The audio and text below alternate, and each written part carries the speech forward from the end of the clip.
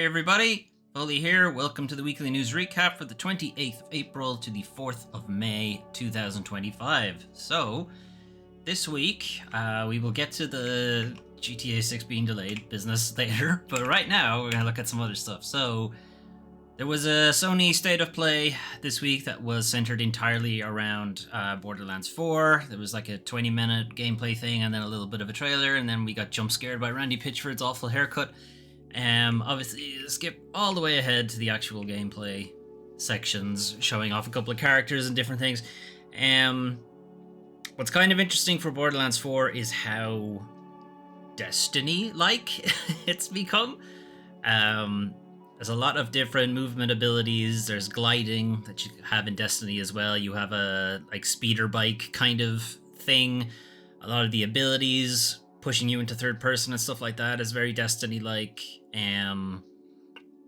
There are overworld kind of dungeons and live activities going on in the big map and stuff like that. There is a lot of Borderlands kind of starting the looter shooter kind of thing, and then Destiny kind of maybe doing a better job of it, and now Borderlands coming back to sort of steal their homework in some ways.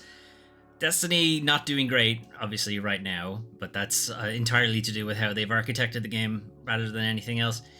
Borderlands isn't going for the live service kind of thing either. It's gonna be a premium game, whatever. Everything will be, not the live service bullshit of pay a subscription and all that kind of stuff, or having to pay for battle passes and what have you. It's just your standard old Borderlands game, but I've added a bunch of Destiny stuff on top of it, effectively. Yeah, I mean, it's kind of hard to get hype for Borderlands, to be honest, because anytime I think about playing it, I'm just reminded of headshots not killing enemies in one shot. It's like, that's shit. I have this super powerful sniper rifle and I've domed the guy from halfway across the map and it did nothing. It's shit. It doesn't feel good. And their whole shtick that they say here at the beginning of this 20-minute thing is like, oh yeah, we'll turn you into a badass. You'll feel incredible. Yada yada. It's like, I really don't. This shot should have killed the guy and it didn't. That's dumb. And the weapon is at an appropriate level and all of that. Doesn't feel great. Anyway, continuing with the Destiny stuff, you do have a little floating guy following you around doing hacking and that kind of stuff. Again, very much Destiny with their ghosts. There's a lot there. The UI and the menus, can we see that? I think that's actually closer to the end of the video. Anyway, the UI looks, like the pseudo mouse pointer stuff that Bungie put into Destiny, and then everything fucking copied after that. Yeah, it's here as well. I don't know why that weird bat thing just dropped a rocket launcher, but okay. Let's not ask questions about about weird loot drops in video games. Don't worry about it. Why does this wolf have a sack of gold on them? It's not important. Don't worry about it. Video games, let it go. Yeah, they show off a bit more of the traversal stuff here. This is one of the in-world activities, which seems to be like an Assassin's Creed synchronization thing, in that you do this and it shows off different areas of different other activities that you can do on the map. There's a bit here, you can see the glide. The glide is again very like Destiny's glide. If anything, it's a little longer, I suppose. And then you slowly go back to the ground. There doesn't appear to be fall damage, from what I could see. And then this balloon thing kind of gives you a big vantage point and a grapple, and then you can glide to different areas. And I think it gives you the bike, which again is also a Destiny thing. Although them having this kind of bike, and I guess the kind of Jeep vehicles that they had previously, the map is decently sized. Anyway, there's a lot more about Borderlands there. I'm not hyped really, because my memories of Borderlands are just pumping ammo into bullet sponges. That's all I remember really about the game, and that's not fun. I don't enjoy it. Anyway, moving on. Other updates. So there is a Gamescom going on, Gamescom Latin America. It's happening over the weekend. So a couple of different outlets were down there. Future Game Show was one of them, and it had this game that I thought looked kind of interesting, even if it is probably still a ways off. So this is the Shadow Syndicate. So the kind of gist of it is it's kind of Max Payne furries, effectively. I do find it funny that they made the main character a husky, because they are like the most dramatic dog, I guess. So having them be a film noir protagonist really does make sense. It should possibly be a musical instead. I don't know. Anyway, so it does look like it's going like it's very like PS2, early PS3 kind of games, and we're seeing more of them kind of coming back. But I really do miss these kind of games that are, pretty simple. They have one or two mechanics and gimmicks, but otherwise, they're basic. Maybe isn't the right word, but they're not trying to do like throw in like survival mechanics and crafting and a bunch of other shit that nobody wants. It's not a weird roguelike or something. It's just a video game, like the way Mom used to make them. Anyway, it does look a little bit rough at the moment, but it isn't out to, oh god, rough. That pun was not intended. The bread also tastes like bark, I suppose. Anyway, it's not out till 2026, so there's plenty of time for them to fix up frame rate issues and stuff like that. But yeah, I'm kind of interested in this because, like I said, it's like ye olde games, and I prefer that kind of thing. Anyway, also announced this week from Devolver Digital and developer whose name I can't remember, Myco Punk. Borderlands. It kind of feels like Borderlands. It kind of feels Borderlands and a little bit Helldivers. So it is a bit comedic. You are a bunch of robots, I think, dropped down to this planet that's been overrun by a weird fungus. And it's your job to essentially eradicate it. It's got a little bit of, you can see the Helldiver stuff. You're dropping down to do various missions and that kind of thing. But it is played a little bit more for laughs, other than like Helldiver's kind of pseudo-realism, but also kind of satirical thing going on. Myco Punk seems like it's going a lot more for we're just going to be funny, and that's the end of it. It's going to be a Devolver joint, so it's probably pretty good. They tend to make at least decent games. Even their worst games are good, for the most part. Anyway, Myco Punk, as far as I'm aware, does not have a prospective release date or anything like that, but I think there's a demo available, or there's a beta or something going on at the moment. I'm not sure. But either way, yeah, it's very much kind of Helldivers, but make it silly, I suppose. And moving on, and we got a couple of release dates. So Duck Detective, The Ghost of Glamping. We played the first Duck Detective, The Secret Salami, on the channel. I think it was like a one stream game because it's kind of short.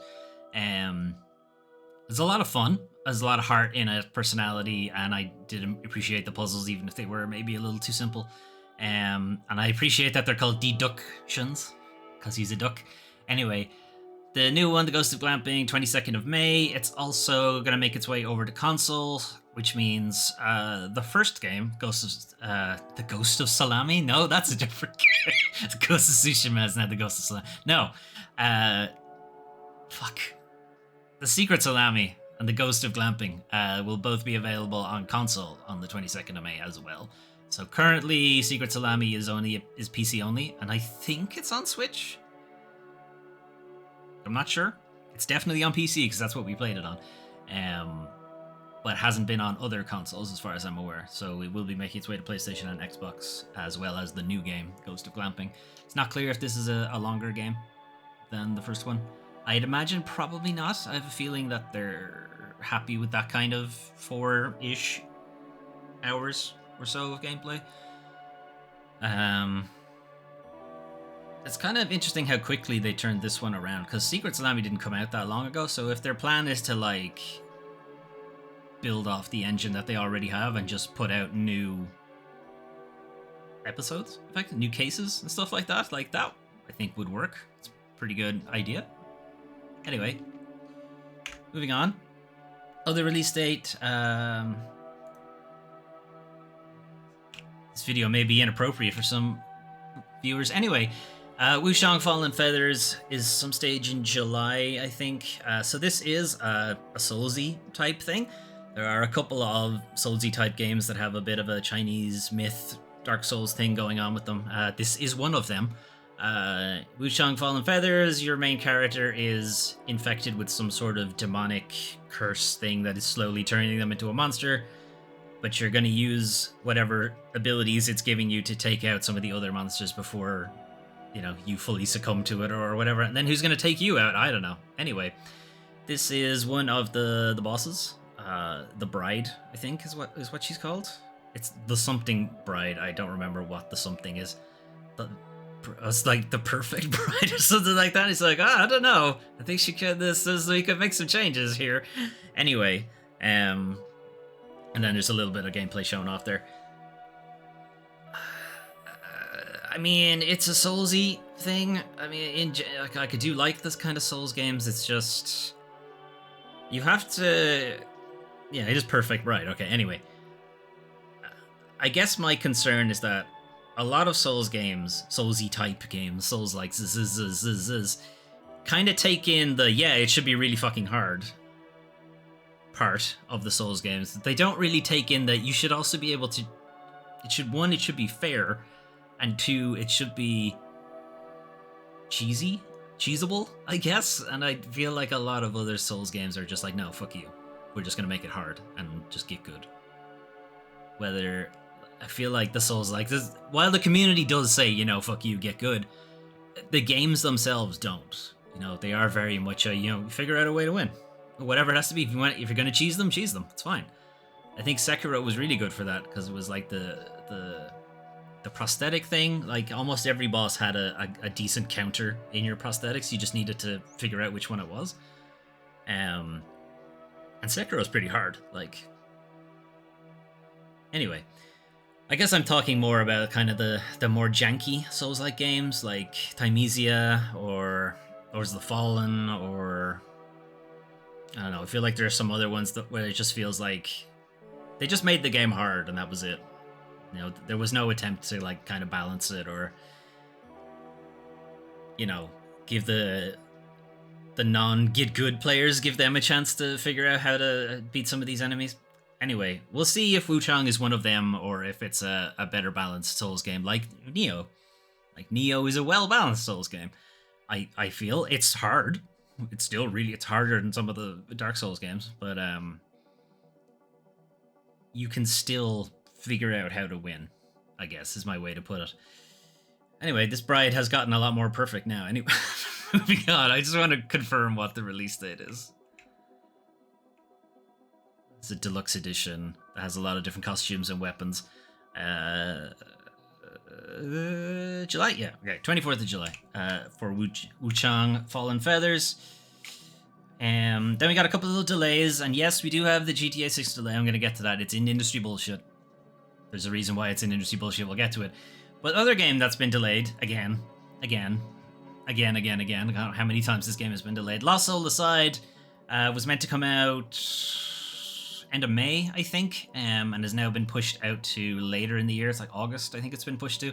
Nearly a decade since it was first revealed. Lost Soul Aside, which was a weird kind of the original Final Fantasy 13 versus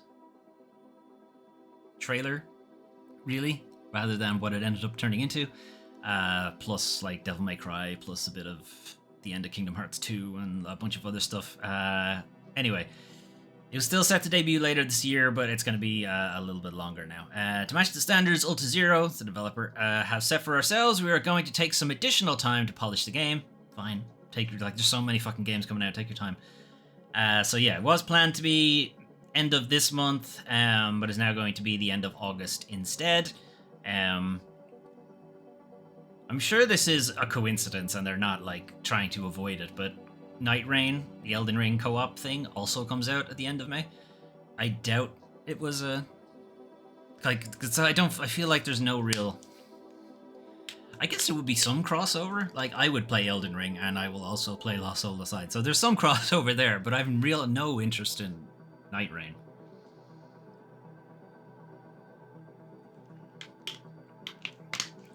because I don't have any friends to play with. That's the real reason. Anyway, the upcoming game is going to be published by PlayStation, but is not a first-party title. It'll be on PC and PlayStation 5. So it's doing a Helldivers thing. Like, Sony don't own Helldivers, but they are the publisher behind it.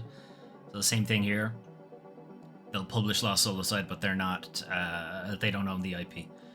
Anyway, last two things rather we're gonna look at here. So a game that hasn't been delayed. It was already out, but they're gonna unrelease it, I guess. Evil Dead the game. Being delisted from digital storefronts. Saber Interactive says it plans to keep the servers going, but the game itself will no longer be available. So at time of broadcast, right now, you can't find it on Steam. It isn't on, I think, Epic Games Store. It's not on the PlayStation Store. I haven't checked the Xbox Store. I imagine it's gone from there as well. So if you already own it, you can still download the client and get online and play it. Anyone who's purchased the game will still be able to play it, as we plan to keep our servers online for everyone. We want to extend a sincere thank you to our community, to those who have been part of the game from the very beginning, and those who have recently joined us. We appreciate all of your support. If you're unfamiliar with Evil Dead the game, it was a sort of 4v1 asymmetric horror thing, a little bit Dead by Daylight, but a little bit Left 4 Dead in some ways. You had one player who was playing a kind of a director, and they would like create traps and spawn enemies and that kind of thing, and then other players would play one hero character, and they would be trying to do Dead by Daylight things, trying to escape from the area, collecting items to fuel up a car and all that kind of stuff. But they would also have, combat abilities, as opposed to Dead by Daylight characters that don't. Anyway, it was okay. Launched in 2022, 2023, they cancelled the Switch version and then stopped development on every other platform, so it's been a while since it's actually received any updates. But again, it is another kind of disappointing live service thing that doesn't have the legs, because the market is saturated. The other games have taken up so much time and demand so much of player time that there is no free time, free space, free afternoons, evenings, whatever, for people to play another game. They're all in on whatever their live service thing is, because again, their battle passes and all that shit demands so much of your time. And at this point, the games have been out long enough and have put out various updates and content and what have you, that you're pretty heavily invested in that game at this point. However many years of content you've gathered, whether it's through battle passes or outright paying for it or whatever, and then getting the opportunity cost or whatever it's called to transfer, to just abandon all of that to go jump into a new game. It's not going to happen, but they're still going to keep trying. Anyway, last thing on our updates, the free Epic game over on the Epic Games Store is Super Space Club, which is a kind of bullet hell shmup kind of thing. But I think it has some kind of rhythm-based gameplay to it. I think it has some kind of music-based thing to it anyway. It's free for up until Thursday, so check it out if you're interested. Okay, moving on. Monthly games. We did hear about PlayStation Plus Essential for May. So we have Ark, Survival Ascended, Balatro, and Warhammer 40k Bolt Gun. I don't know why they're leading with Ark Survival Ascended, because the real main game here is Balatro.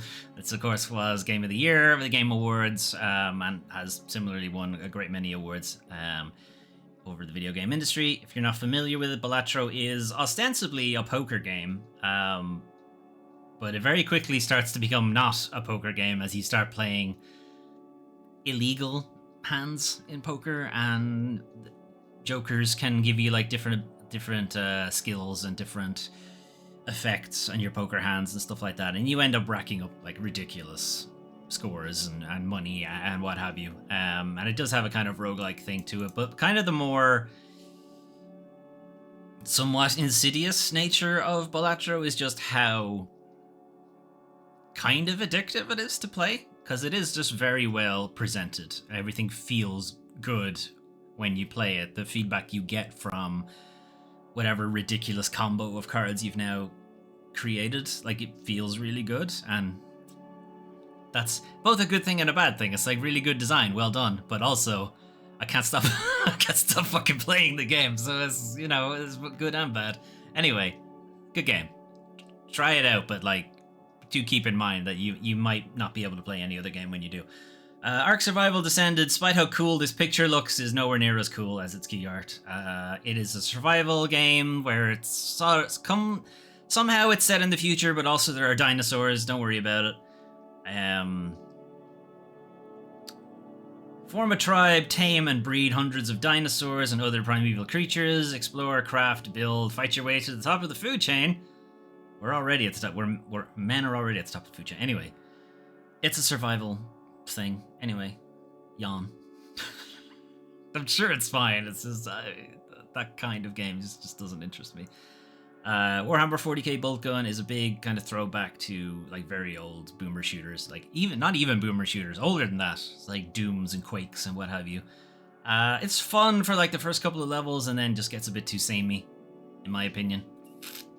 If you're really into 40k, you might get a little bit more out of it, but I don't know enough about 40k, and it did end up feeling a bit too samey to me after a while. But I mean, it'll be free on PlayStation Plus Essential, so you're already paying the subscription. Just give it a shot. Play the first couple of levels that I said it was good, and then figure out at what point I felt it was getting samey. Anyway, moving on. Those are some of the games you can play soon. What if you want to play something right now? You can play a game I probably can't pronounce, Despelote. Now, this is a football game, and you're thinking, Derek Foley hates football. I don't hate football games, but you're going to say I hate football games.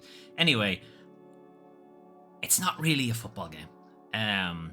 Yes, it is football, and it is presented with football as a thing and so on, but it's really more about how football... It's kind of like a somewhat biographical thing for the developer, and they're talking about how football is kind of part of their life and how ingrained it is in their upbringing, in their culture, in their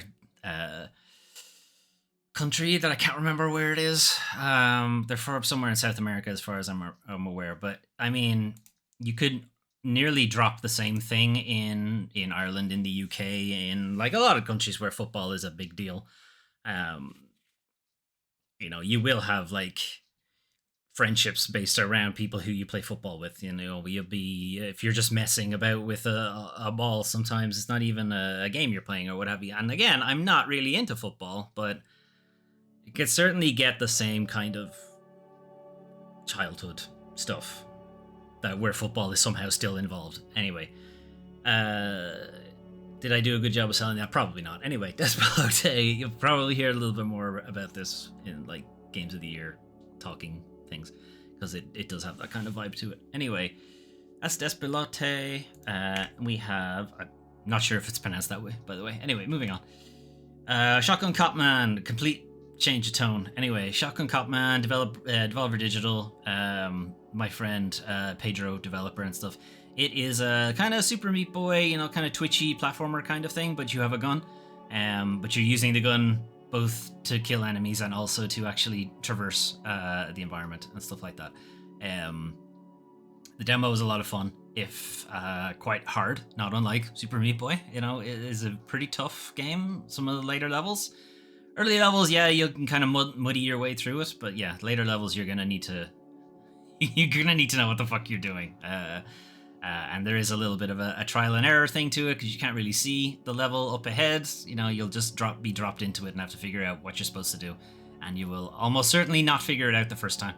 Anyway, Shotgun Copman, I think it's available on basically everything. The Horror at Hyrule. This is a kind of... It's a little bit kind of Cultist Simulator, and then a little bit kind of Clue, the board game. You have this party of people who have gone to Hyrule to figure out the horror, I suppose. So it's got a little bit of like the board game Elder Sign as well to it. And it is a little bit like resource management and kind of puzzles, and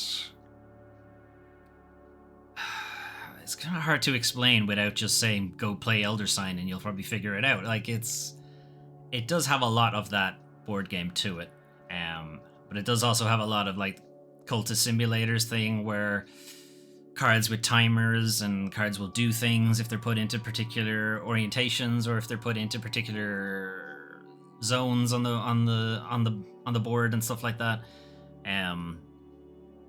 There are probably other games where I could just say, hey, just, it's like this game, but this, but I can't think of any other game that it's like that, which is, it's just Cultist Simulator is the only one that comes to mind. Anyway, Horror at High Rook is out now. We have Moroi. Moroi I played as part of the last Steam Next Fest. There's a video of me playing it somewhere on the channel.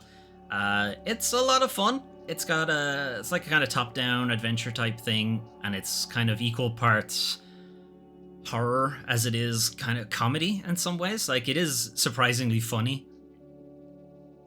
And I assume it's supposed to be funny because I don't think you can do this kind of stuff accidentally.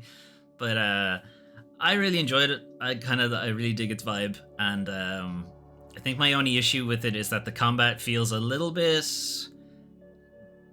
unfairly jank in some ways. So if they've managed to kind of fix that, I think I'd be happy to go back to it. But until I have confirmation that it's not, like, it doesn't have to be flawless. I don't mind a bit of jank, but it was a little bit too jank. I was finding myself getting... It's meant to be a kind of twin stick thing for both melee and ranged combat, and I was finding that sometimes my guy was locked into one direction for no reason. Like, I couldn't figure out why, and I assume it's a bug, because otherwise, if it's not a bug, then you're gonna really need to tell me why I was locked in only ever being able to shoot top left corner of the screen for some reason. Anyway, that's Moroi, also out now. And then finally, we have Skin Deep. Skin Deep is a kind of immersive sim. The gist of Skin Deep is you're kind of like a diehard John McClane kind of thing.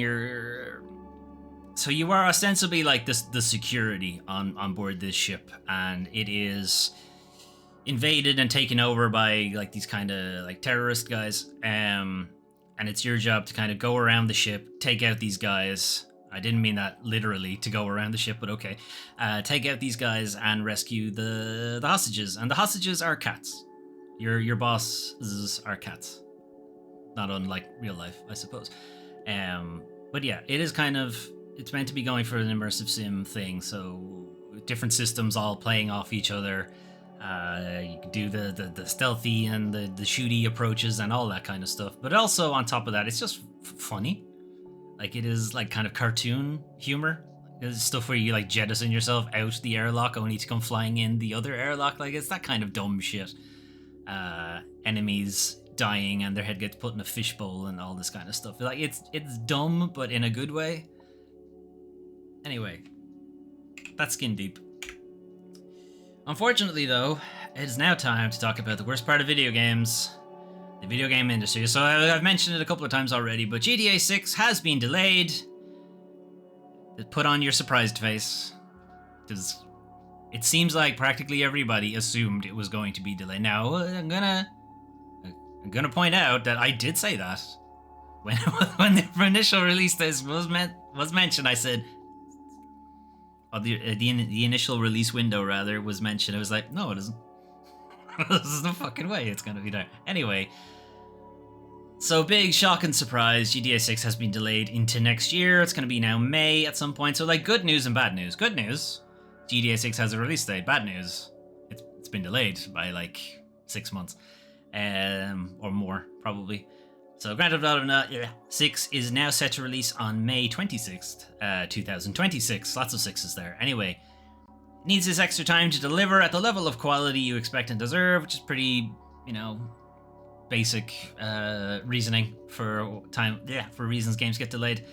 It's not the biggest surprise. Delays happen, yada yada. What is kind of not frustrating, I suppose, but kind of telling of upper management, upper executives of these video game companies is Strauss Zelnick, CEO of Take-Two, twice publicly reassured investors that the game would release on time. And I feel like so many people, players, the community, journalists, talking heads, influencers, whatever you want to call them, we're all like, it's not coming out this year. It's not happening.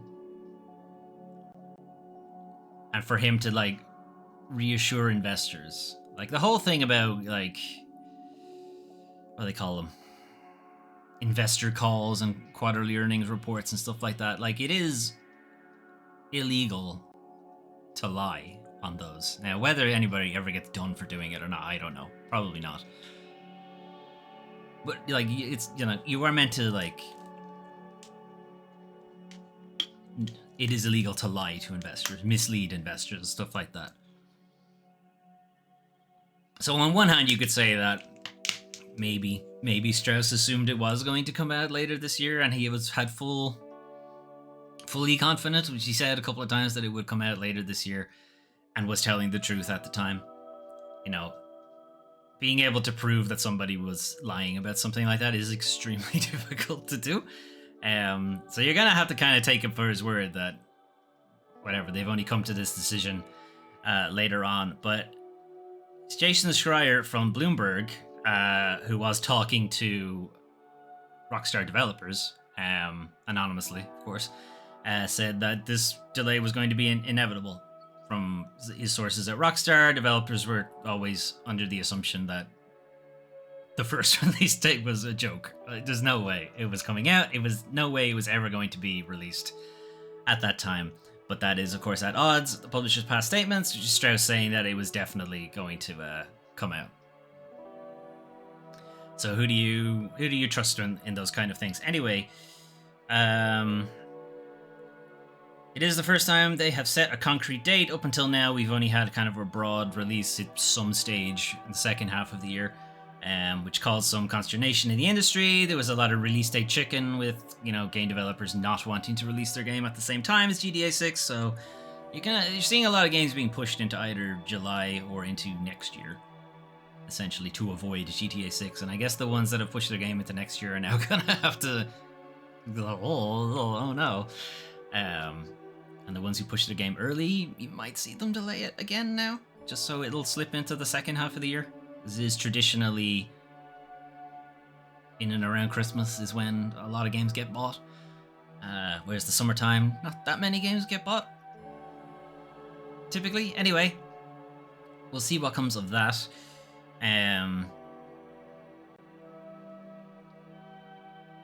Oh yeah, there was this bit that Zelnick did say at some point that they were staying quiet on the exact release date to build anticipation. Again, do you read this as them deliberately not doing that? Or maybe they were seeing, could we still get it out by the end of the year, and they didn't want to give a concrete release date yet? Did they always know it wasn't going to come out, and they weren't giving a concrete release date because they didn't want to? I don't know.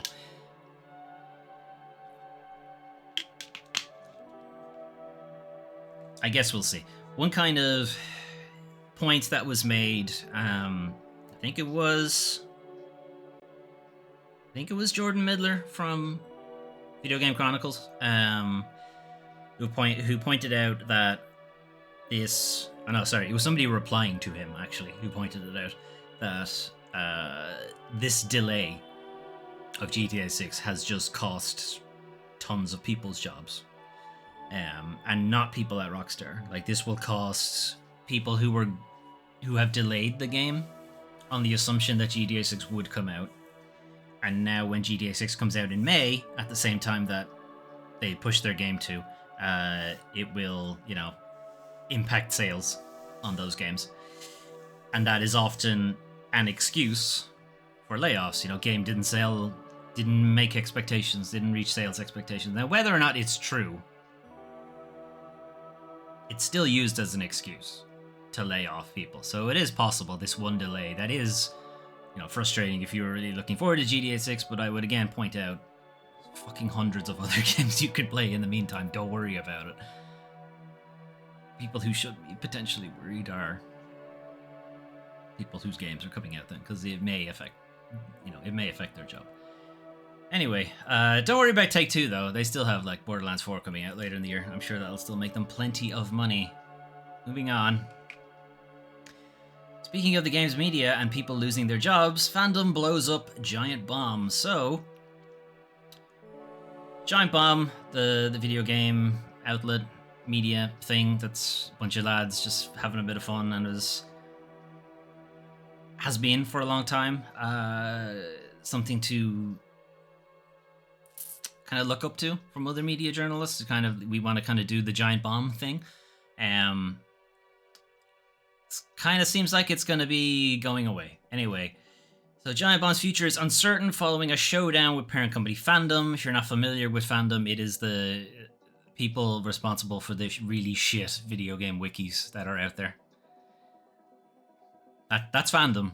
Somehow they have a lot of money. Who knows how? They also own GameSpot, which will probably also tell you everything you need to know about them. Anyway, the showdown was over editorial interference, and from the sounds of things, Fandom wants to have more editorial interference than the Game Bomb or Giant Bomb people were willing to put up with.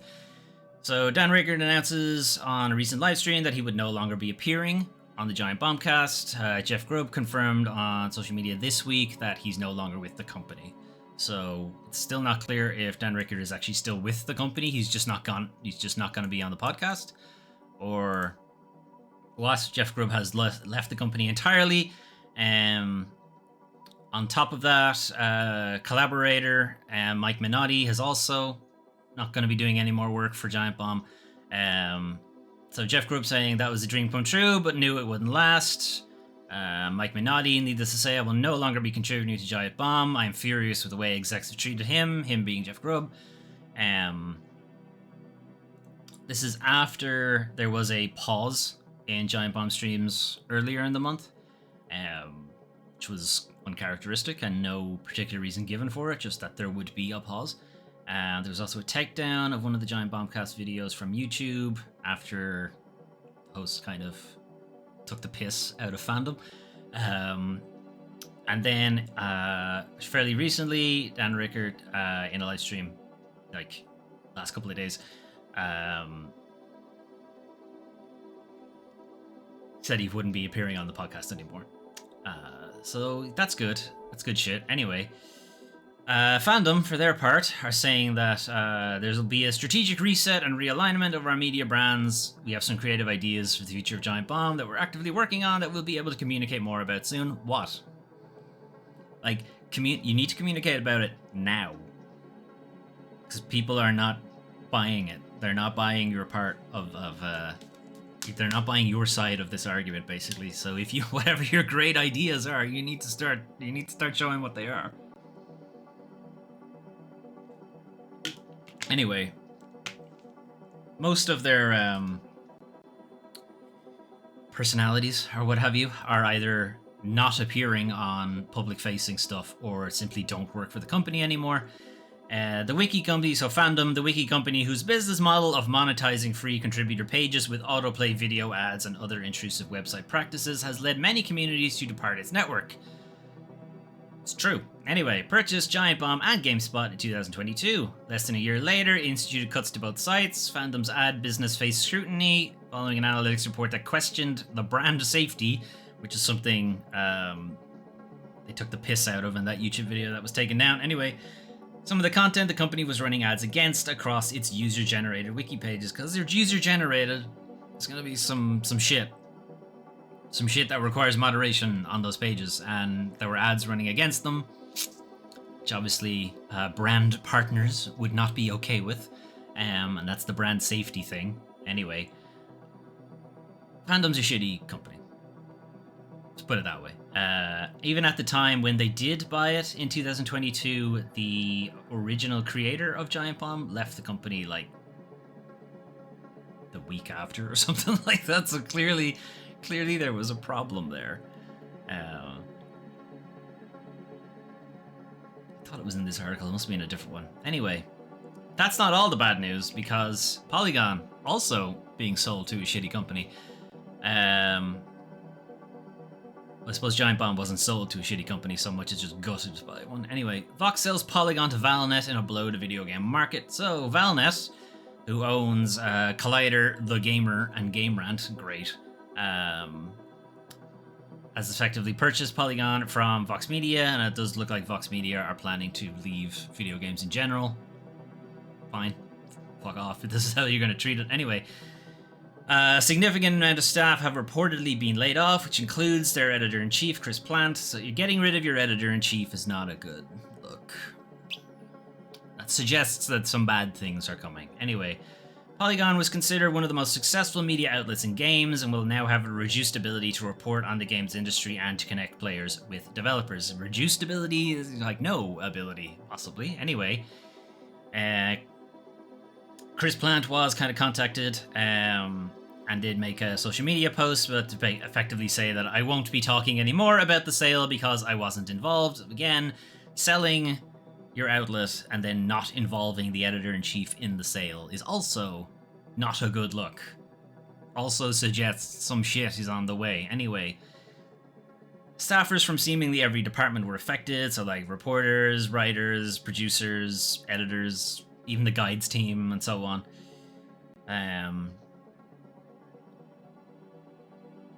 It's kind of pointed out here in this article from Danielle Randall, that the increased consolidation and conglomeration of games media in the last decade is a significant problem for the video game industry in general, but is very much a problem for the player, the consumer, because it allows video game publishers and what have you to sort of direct what is and isn't allowed to be published in media when there are so few companies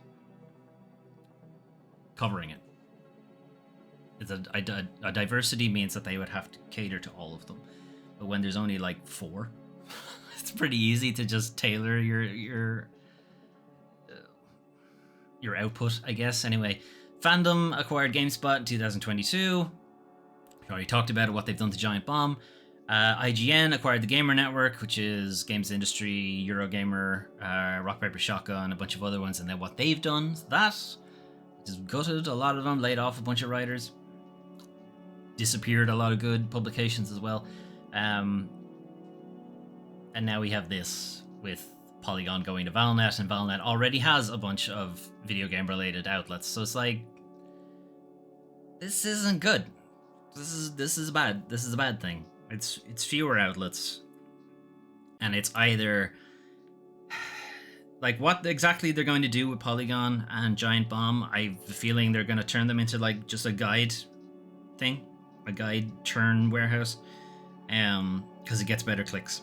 It gets a better click through rate, and at the end of the day, that's all the media management care about is this. Eyeballs looking at ads. That's what they want.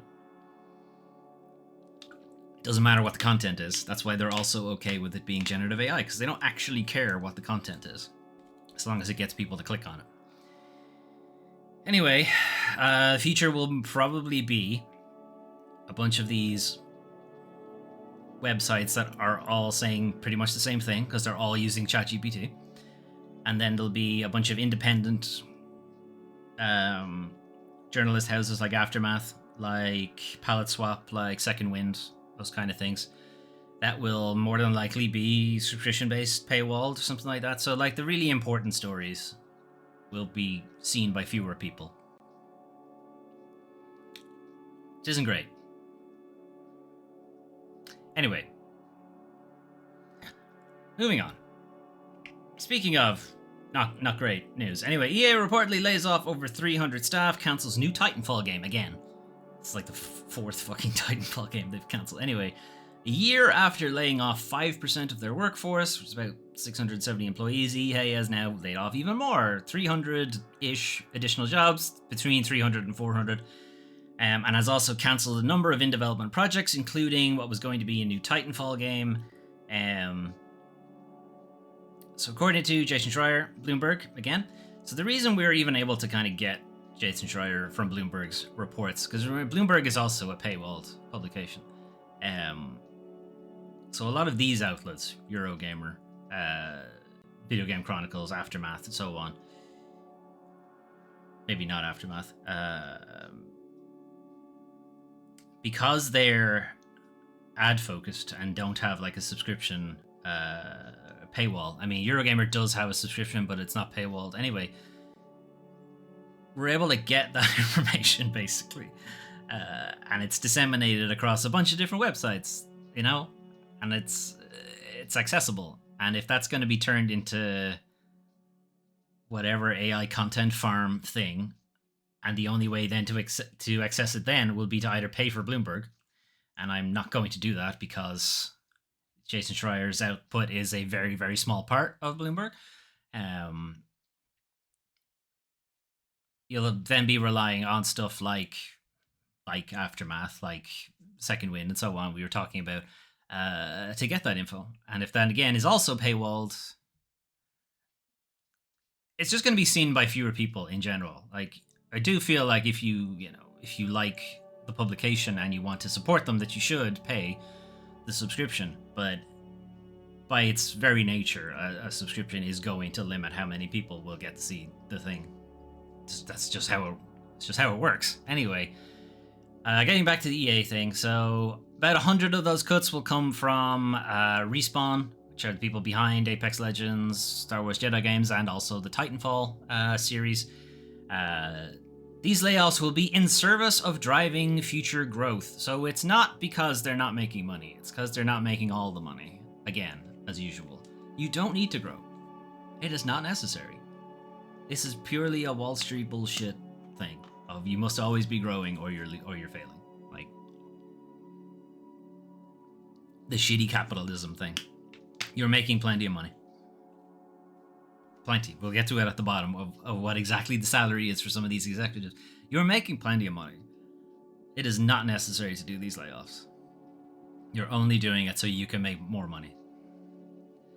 Anyway, speaking of the Titanfall game, it's possibly a good thing it was cancelled, because it was gonna be an extraction shooter set in the Titanfall universe, which sounds exactly like what Marathon is. Yeah, potentially it was a good thing, because I don't think that's what people who've played Titanfall 2 and are like, yeah, we want another Titanfall, that's not what they want. They don't want an extraction shooter thing. They want Titanfall 3. Anyway, today's layoffs mean that EA has now laid off more than 1,800 employees since March of 2023. Despite that figure, the company's top executives earned $60 million in the fiscal year of 2024, and $25.6 million of that going to just the CEO. They make plenty of money, but these layoffs are not necessary. Anyway, 100 of those layoffs were aimed at Respawn Entertainment. It does seem like the rest of those layoffs were potentially aimed at Codemasters. Codemasters confirms layoffs as EA-owned studio shifts focus away from rally games. So there's kind of two stories here. One, massive layoffs at Codemasters. And the second one is that's pretty much the end of the World Rally Championship games, which Codemasters was very much well known for, as they will be pausing development plans for future rally titles. So Codemasters was acquired by EA in 2021. Didn't take long for the EA curse to come in. We can add another one to the EA graveyard. Codemasters will more than likely disappear in the coming weeks, months, for it is probably absorbed entirely by Criterion at this point. Anyway, EA confirmed that layoffs will occur, as well as the redeployment of staff to different areas of EA Sports. I don't know what other areas of EA Sports you're going to send the Codemasters guys to, because they've been working on racing games since the inception of the studio, and the studio goes all the way back to like the PS1. It's been around a long time, and all they've done is make rally games, effectively. Racing games. Driving games. What other areas of EA Sports? They're hardly going to the FIFA team. You know? Or the Madden. NHL, maybe? You just pretend the hockey guy is a car? I don't know. Where else are you going to put them? It makes more sense to put them on the Criterion team. Anyway, Codemasters' exit from the rally game business ends a decades-long run, which started with the first Colin McCurry game in 1998. And later included Concrete Dirt, and then World Rally Championships, and a bunch of other stuff. Yeah. So EA bought them for $1.2 billion in 2021. They could have gone to Take-Two, but it seems EA had the better offer. But I don't know, because I feel like Take-Two would have... Would Take-Two have handled them better? I don't know. They got rid of Private Division earlier last year, so who knows.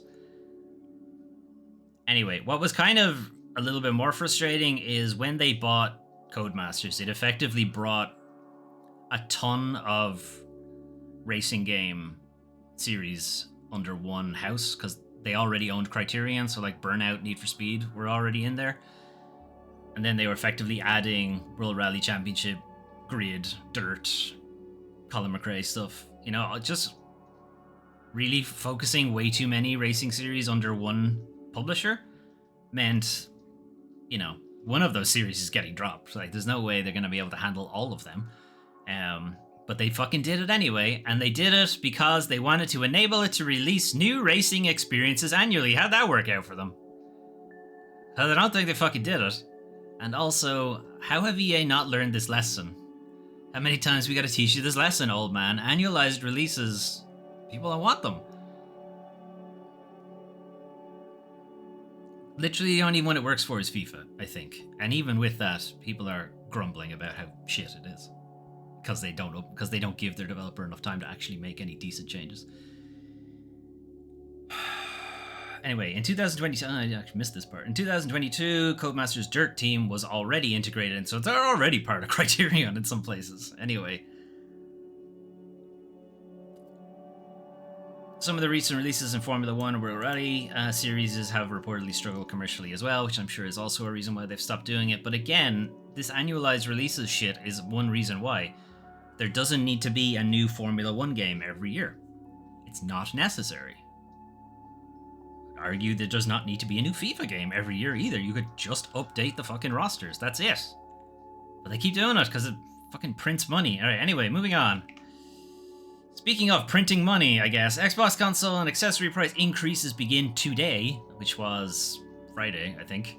$80 first party game starting this holiday. Great. I love it. The $80 video game is here, folks. Anyway, Microsoft has announced a series of price increases for its consoles, accessories, and upcoming games beginning today, which was 1st of May.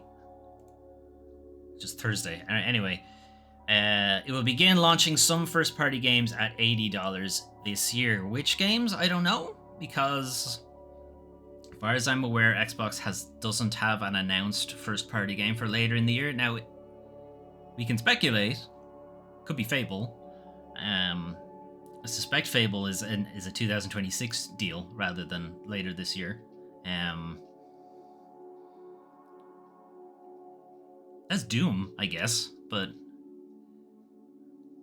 Doom is pretty soon. I wouldn't have put it as next year, or sorry, later this year. Begin launching some first-party games. Oh, it just says this year, so maybe is Doom going to be $80? They might struggle to sell that at $80. Anyway, here's some of the changes. So the low end, the Xbox Series S with the smallest hard drive used to be $300, is now $380. Okay. Bit much. Okay, the next one up with a slightly bigger hard drive used to be $350, is now $430. Again, that's an $80 price increase. The Xbox Series X digital version, so the one without the one without the disc drive, used to be $450, is now $550. That's more than $80 increase. The Xbox Series X, it's their normal flagship one, I suppose, used to be $500. It's now $600. Okay, and then the big black dick version of the Xbox used to be $600. Fucking hell, even that's ridiculous. Is now $730. Lovely. Those are some pretty big jumps. What's the Switch 2? The Switch 2 is like $500, right? Or $450 if you're not getting a game. Like, they were already at that price with just the Xbox Series X, and they've just pushed it beyond that. And I think this price puts it beyond the PlayStation 5 Pro right now, assuming Sony don't change their mind on that one. Sony did put up the price of consoles last week, but it was only in territories that aren't the United States. And also, they didn't put up the price of the PS5 Pro. They put up the price of everything else. Anyway, a fucking controller for $65 or $70, depending on the color. The special edition, $80. The limited edition, $90. The Elite, $150. Or the other Elite, $200 for a controller. Headphones, $65. $65 for headphones that aren't wireless. The wireless ones are $120. Jesus Christ. Anyway, these price increases will apply to both physical and digital versions for no reason. Who knows why? They never really convinced anybody that there was a reason for why physical and digital games cost differently anyway, or cost the same rather. Yeah, there are no confirmed Xbox first-party titles for the holiday season. That's what I was thinking. So the end of the year, I can't think of anything. Doom is like this month at some stage, next 2 weeks, I think. But there is an Xbox Game Showcase at the beginning of June, so we'll probably figure out when that is. Why is Microsoft putting up the prices? We understand that these changes are challenging. To who? They're not challenging to you. And they were made with careful consideration, were they? Given market conditions and the rising costs of development. I don't think you gave careful consideration to people's wages. Anyway, looking ahead, we continue to focus on offering more ways to play more games. It sure seems like you're giving us fewer ways, because no one's going to buy a console at that price. Across any screen, and ensuring value for Xbox players.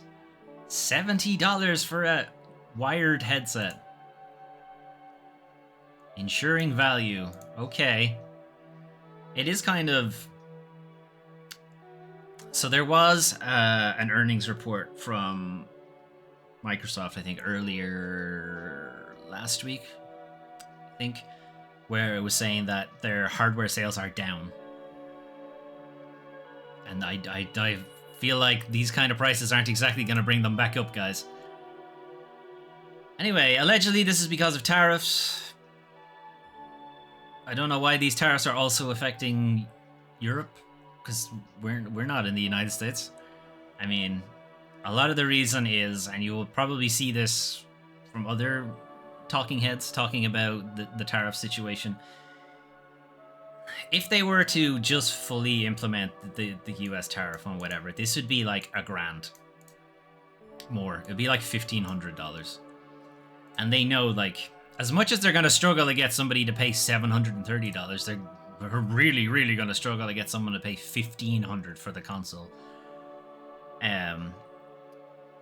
So they're going to spread that tariff out a little bit. So even though the tariffs shouldn't affect European territories and shouldn't affect Middle Eastern territories and so on and so forth, they're going to spread it out a bit so that the sticker shock isn't so bad. You know? They're going to give mild sticker shock to everybody instead of scandalous sticker shock to the US territory, I guess. But they're assuming that this offset, you know, won't be so bad that they will still be able to sell and still also be able to pay the tariff and so on. It's bold strategy, Cotton. $450 to $500 is a Nintendo Switch 2. And the Xbox Series X was already at that. Yeah, the X Digital and the EX were already at that price. So they've gone beyond that now. So like a brand new Switch 2 would be cheaper than what an Xbox Series X is now. Okay. Let's see how that works out for them. That's still gonna fucking sell the console. Anyway, moving on. Alright, speaking of... Let's see how that works out for them, I guess. I don't know. Judge says Apple exec lied in big Fortnite case and just blew the App Store wide open, and it is debatable on that one. Anyway, so this is kind of more fallout from the Epic Games Apple lawsuit that's been going on for 10 years now or something ridiculous at this point. Anyway, the original thing was Epic wanted to sell V-Bucks while Fortnite was on the App Store, and if you are selling anything, any kind of microtransaction, in-game purchase, what have you, in an app, in the App Store, you have to pay Apple a cut. And the cut was about 30% or something like that. And Epic didn't want to do that.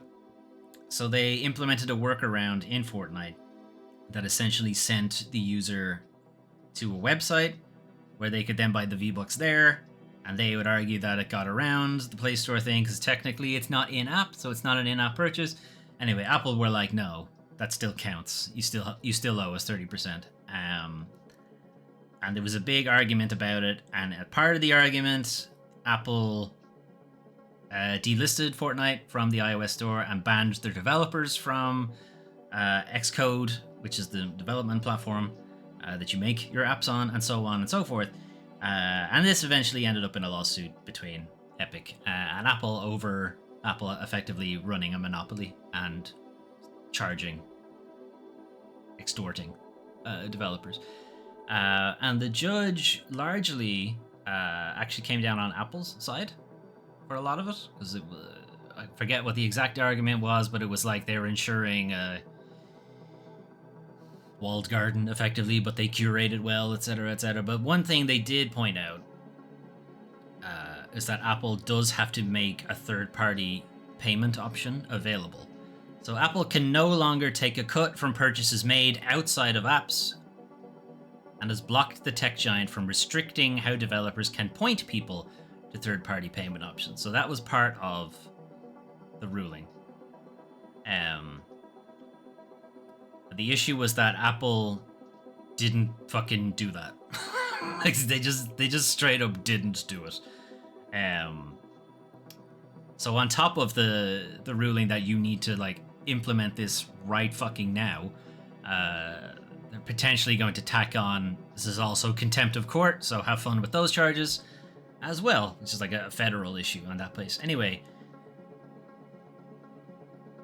yeah, so the original issue was that Epic added its own payment option to Fortnite on the iOS, and Apple pulled the game as a result of that. 2021, again, they came down mostly on Apple's side, but they did say that Apple needs to allow app makers to use third-party payment systems that could avoid Apple's cut, which they didn't do. 2023, effectively came back and said, yep, same thing. You got to implement that. Allow third-party payment options and don't take a cut from outside app purchases.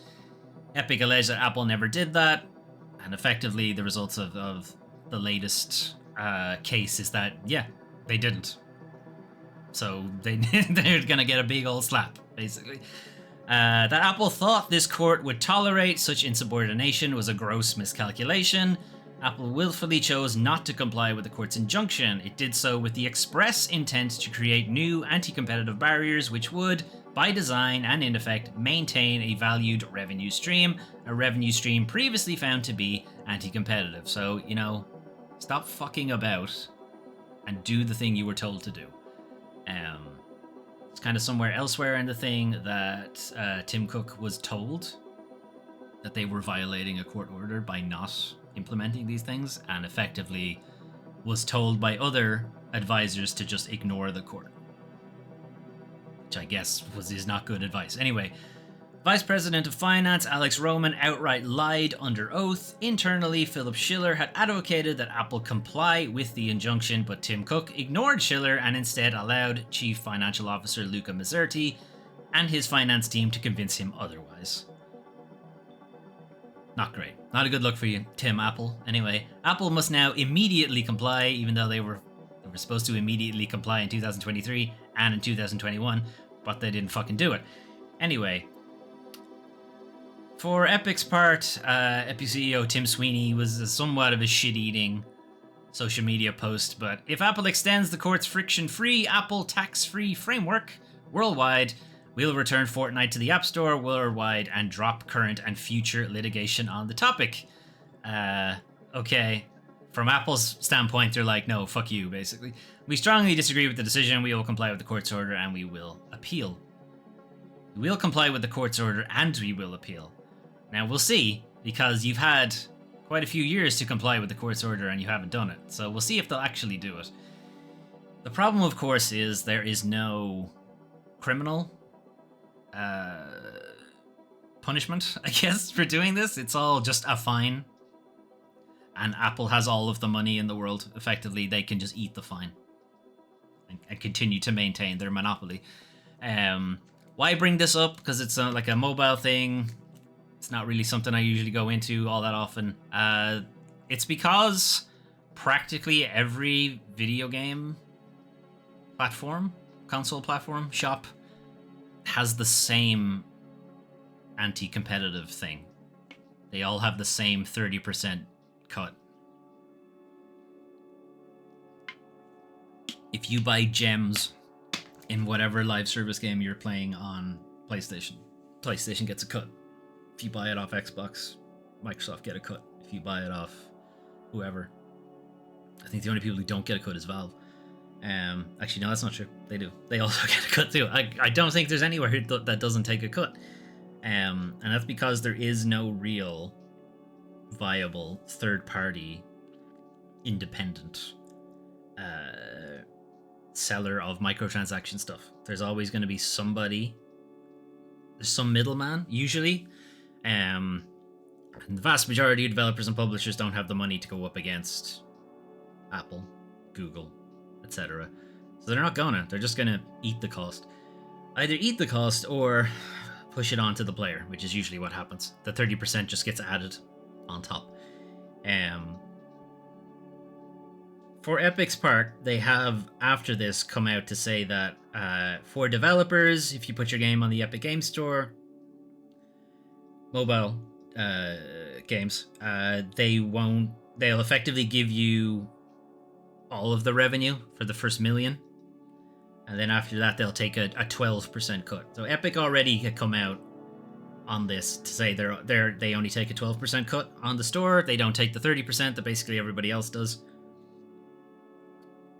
And I think that started with Valve. I think Valve were the first to implement the 30% thing. And then pretty much all of them followed suit after that. They all started taking 30%. And that was just, that's it. That's the ecosystem you live in. And Epic were the first to say, no, though. I want all the money. I don't want to give you any money. Even though I'm using your platform. I don't want to give you any of the money. Now, in one way, I agree there should be a third-party app store. There should be a third-party app store on Android as well. There should be a third-party PlayStation shop. Like, if you want to buy a digital PlayStation game, you can only do it on the PlayStation Store. If you want to buy a digital game on Xbox, same. You can only do it through the Xbox Store and so on. Nintendo, eShop, same.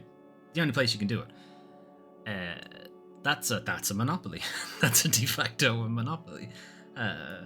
So getting that implemented everywhere would be good. But at the same time, Epic also run one of these things.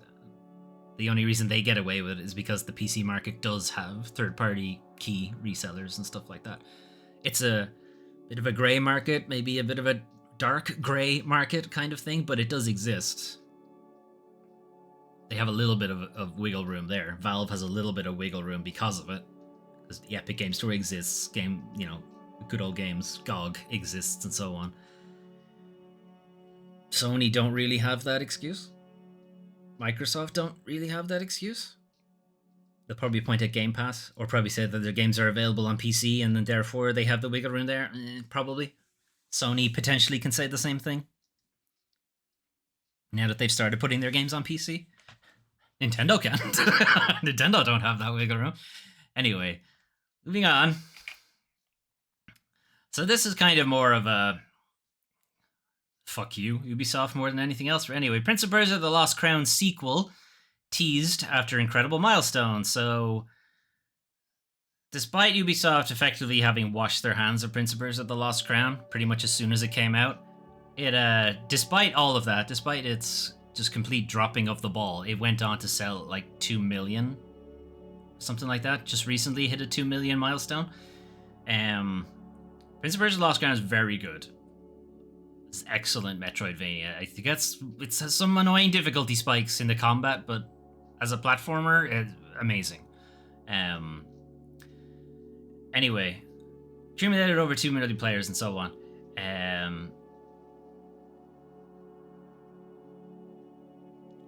forget what I wanted to say now. Anyway, Ubisoft were saying in a message, something, 2 million players, you've revived the legend, the prince is back, he's just warming up. So the he's just warming up is effectively being taken as a sequel to this. There is, of course, Sands of Time remake, and you would think they would just say that. Unless, of course, they've cancelled that too, who knows. But what I wanted to point out is that at the end of October, they effectively disbanded the team and sprinkled them out across Ubisoft.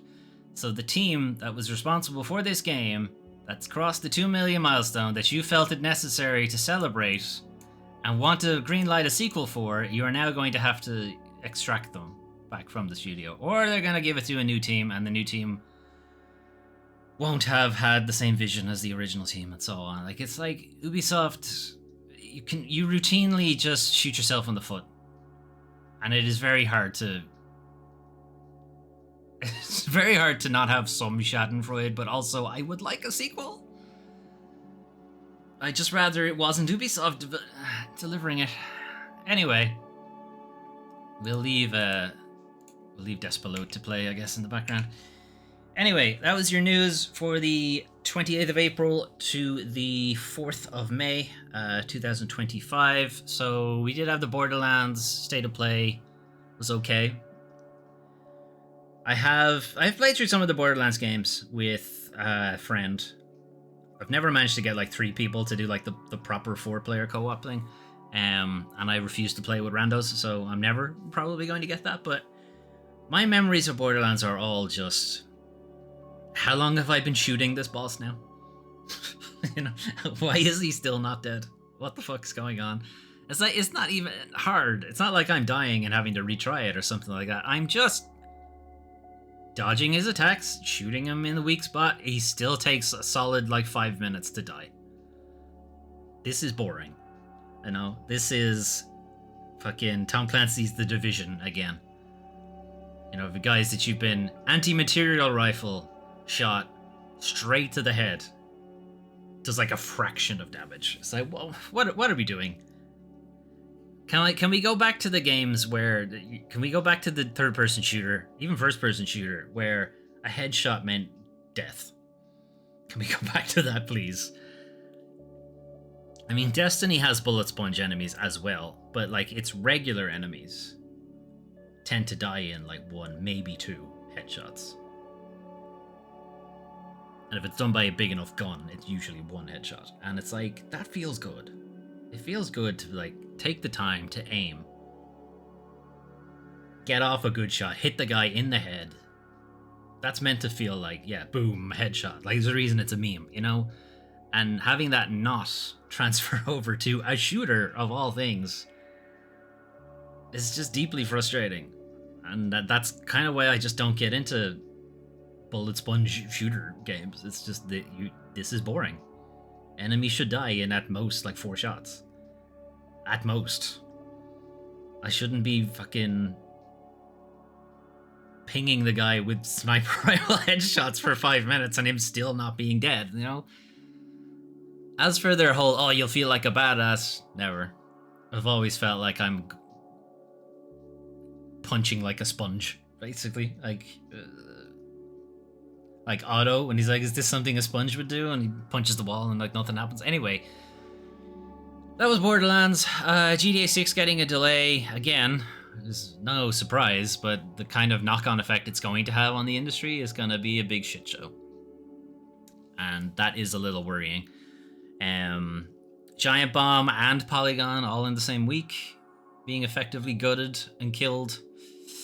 I mean, they're technically not killed, like they still exist, but it really is going to be a zombie situation. You know, they are. I do feel fandom definitely will turn Giant Bomb into a guide. Just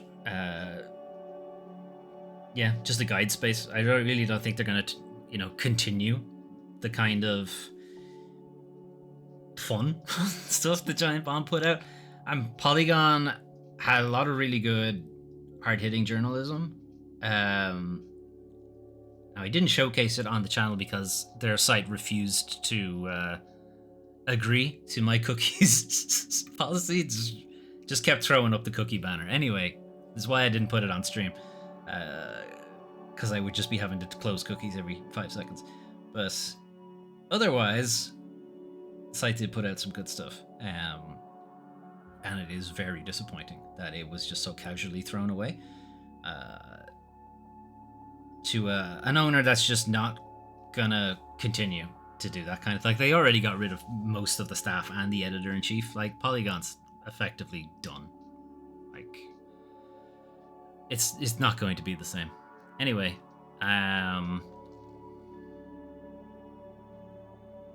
forget what else I was talking about. Anyway, the monthly games, yeah, I mean, Balatro is a very good game. Ark Survival is not my cup of tea. I know some people do like those kind of survival base building stuff. Fine, knock yourself out. It's not for me. And Warhammer 40k Bulk Gun, as I said, it's good at the beginning and gets a bit too samey afterwards. You might feel differently about it. I don't know. New games, we've seen Despelote. I will probably watch somebody play it rather than play it myself. So I'm not super into football, but I do appreciate the kind of almost documentary biography thing they're going for. So I don't know, maybe I will get it myself. And anyway, what else was out? Harrod Hyruk. Don't think I did a very good job of explaining that game, but it is kind of a board game in a digital sense. Moroi, again, we played it on the Steam Next Fest. If they can tighten up the combat, hopefully they did, then I definitely will go back to it, because I did enjoy my time with the demo. The Epic Apple lawsuit kind of fallout, again, Apple have been ignoring it for however many years, so they'll more than likely just continue to do so. Unless the contempt of court comes with a criminal liability, which I don't think it does. No, nothing will happen. They have enough money that they can just ignore it and maintain their monopoly. Anyway,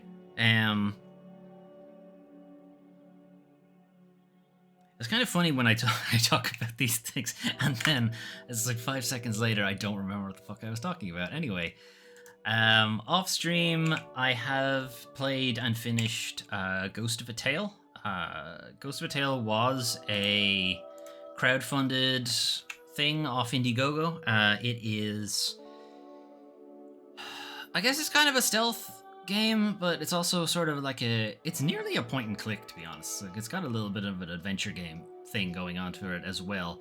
So you're playing Tilo, this mouse minstrel, who is imprisoned at the beginning of the game, and he and his wife were arrested at the beginning of the game, and you don't have your wife isn't with you when you wake up, basically.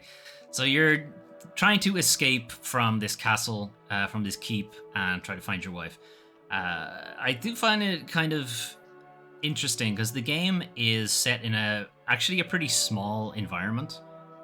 The entire game takes place in the keep, and the keep like consists of the jail and like the surrounding kind of gardens, and there's like a catacombs deeper beneath it and stuff like that. It's like a very dense map, but still also kind of a small map. And there's a lot of like small features, different people you can talk to, and they have little quests, and like a lot of it is fetch quest stuff. But it's very charming. I think one frustrating thing I had with it is it's kind of presented as a stealth game. But very early in the game, you get an item that effectively mitigates the stealth entirely. It's kind of an odd thing. You effectively get a guard uniform that you can just wear, and the guards assume you're a guard. Like it's dumb in one way, like how they can't tell that you're a mouse and quite clearly not a rat. But they do play it up for laughs. And I think they get away with it. It's charming enough, but it's also kind of weird to have a full stealth mechanic for your game that you just completely shortcut as part of the game. Like, it's part of the main quest. It's not like you can go on a side quest to find a guard uniform and do it. Like, no, it's required for a very early quest in the game. Anyway, that was Ghost of a Tale. There is a sequel announced, and the way the story plays out does very much feel like almost a prologue to a full game. So yeah, I am looking forward to the sequel. We'll see if they either ditch the stealth element entirely or make it a little bit more of a thing than what it is in the game, even though it's presented as a stealth game. Anyway, that was Ghost of a Tale. I have since moved on to Blueprints, which I've seen a lot of people talking about as like a really good puzzle game that's like really draws you in and you just keep thinking about it and wanting to go back and play it and so on. I haven't had that experience personally. Now, granted, I'm only about 2-3 hours into it. Maybe that's not enough to get the pull, to get the siren song of the game. I don't know. Like, I do get, like, there's a mystery and, like, the different rooms that you can walk into, and it is telling kind of a story in the background. There's some kind of political intrigue thing I've just come across. But yeah, I'm not really getting at, oh, I absolutely need to play this, like, right now. Like, right now, while I'm streaming, I could be playing Blueprints. And a lot of the talk I've seen on social media, at least, has been that feeling that I need to play this right now. I haven't got it. That's not to say I won't. I'm going to keep playing it, just to see, because I've seen enough good press about it that I'm sure there is a point in the game where you do go, oh, this is this kind of game, but I haven't hit it yet, whatever it is. And the random nature of the game is that I may not hit it for some time. I don't know if I have this loop ring or not. Well, guess we'll find out in a second. I did not have it looping. Okay. Well, it's looping now. Anyway, even though I'm gonna finish. Anyway, that's what I'm playing off stream. Once I wanted to stream Blueprints, but I also wanted to be at a point where I understood the game and kind of got the gist and what the draw of it was first, so I could relay that to people. But it hasn't happened yet. So when that does happen, I guess maybe you'll see a stream of it. Otherwise, I'll probably see you next week for some more weekly news. Right. Have a good one, everybody. Bye.